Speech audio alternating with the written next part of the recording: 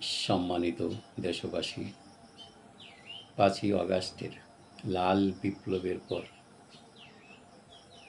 যারা বিপ্লবে নেতৃত্ব দিয়েছে, যেসব ছাত্র নেতৃবৃন্দ, তাদের পক্ষ থেকে বারবার দাবি জানানো হচ্ছে জাতীয় সঙ্গীতকে পরিবর্তন করার জন্য। জাতীয় সঙ্গীত, তাদের যুক্তি হচ্ছে এটা ভিনদেশি একজন লেখক এটা লিখেছে, যেই সঙ্গীতের ভিতরে একবারও বাংলাদেশের কথা উল্লেখ নেই। আছে আমার সোনার বাংলা, কিন্তু আমার দেশের নাম হচ্ছে গণপ্রজাতন্ত্রী বাংলাদেশ। তো যেখানে বাংলাদেশের এই নামটাই নাই, সেটা জাতীয় সঙ্গীত কি করে হয়? যিনি রচনা করেছেন তিনি এই দেশের এটা এই জাতীয় সঙ্গীত হবে এরকম উনি জানতেন না। দেশ আলাদা একটা দেশ হবে, সেজন্য উনি রচনা করে যান নাই। এ নিয়ে বিতর্কের শেষ নেই। তবে তাদের যারা যুক্তি দিচ্ছে, যৌক্তিক যুক্তি, এর মধ্যে নিয়ে যে একটা বিতর্ক চলছে, এটার সুরাহা কবে হবে? আমরা আশা করছিলাম এই সরকার নতুন বাংলাদেশ করবে। যারা শহীদ হয়েছে তারাও নতুন বাংলাদেশের জন্যই তারা শহীদ হয়েছে।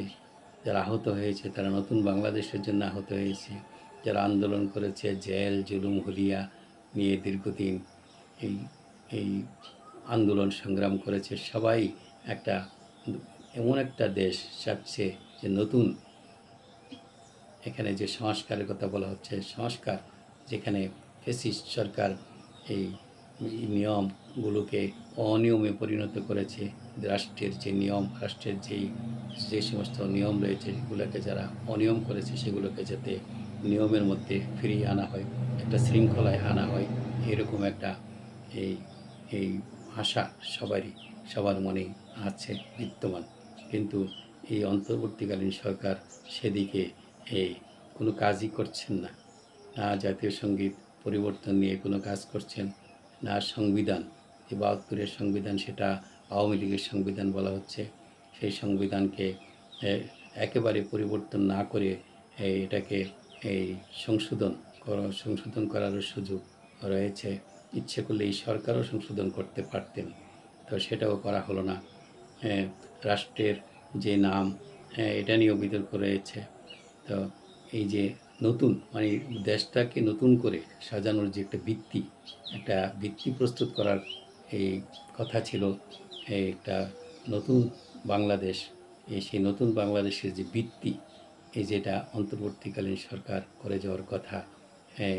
যারা আন্দোলন করেছে, বিপ্লব করেছে, যে ছাত্ররা, তাদের দাবি হচ্ছে এই নতুন একটা বাংলাদেশ আমাদেরকে উপহার দিতে হবে। আগামী প্রজন্ম চাচ্ছে নতুন বাংলাদেশ।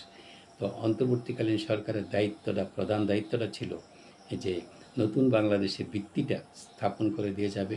পরবর্তীতে যেই নির্বাচিত সরকার আসবে, সরকার আসে তাকে এটাকে কন্টিনিউ করে যাবে। এটাকে এই বিপ্লব যেই কাজগুলো শুরু করেছিল সেগুলোকে শেষ করবে।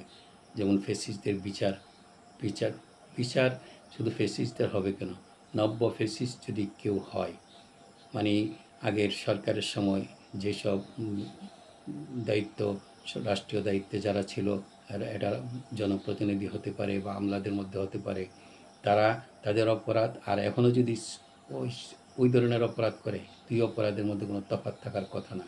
কাজেই এই ফ্যাসিস্টের মতো নব্য ফ্যাসিস্ট যারা হবে, নতুন করে যারা দুর্নীতি করবে, যারা বিদেশে টাকা পাচার করবে, যারা অন্যায়ভাবে তার দায়িত্ব পালন করবে, তাদেরকেও সেই ট্রাইব্যুনালে বিচার করতে হবে।